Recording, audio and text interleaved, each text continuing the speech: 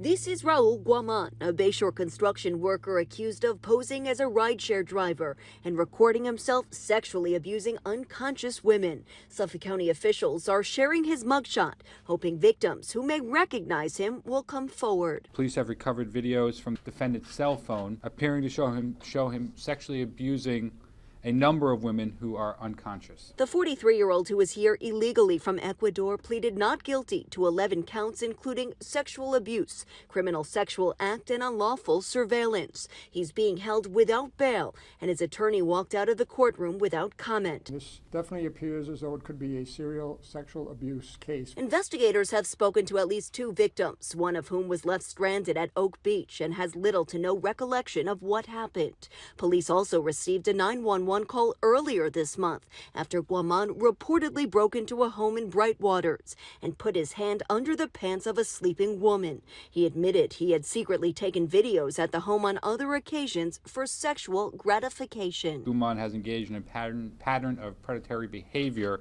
since at least January of 2019. When pulled over, Guaman had multiple IDs. He allowed police to search his phone and apartment.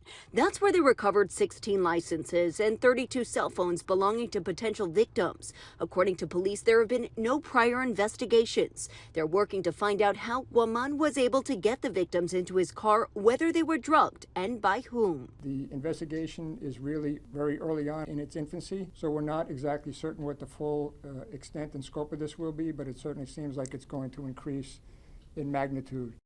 Experts do caution anyone using ride-sharing apps to check the license plate before getting into a car. There's also a feature which allows friends and family to track your ride. As for Guaman, he's due back in court on January 6th, and on that top count, he faces a max of 25 years in prison if convicted. In Bayshore, Long Island, Jody Goldberg, Fox 5 News.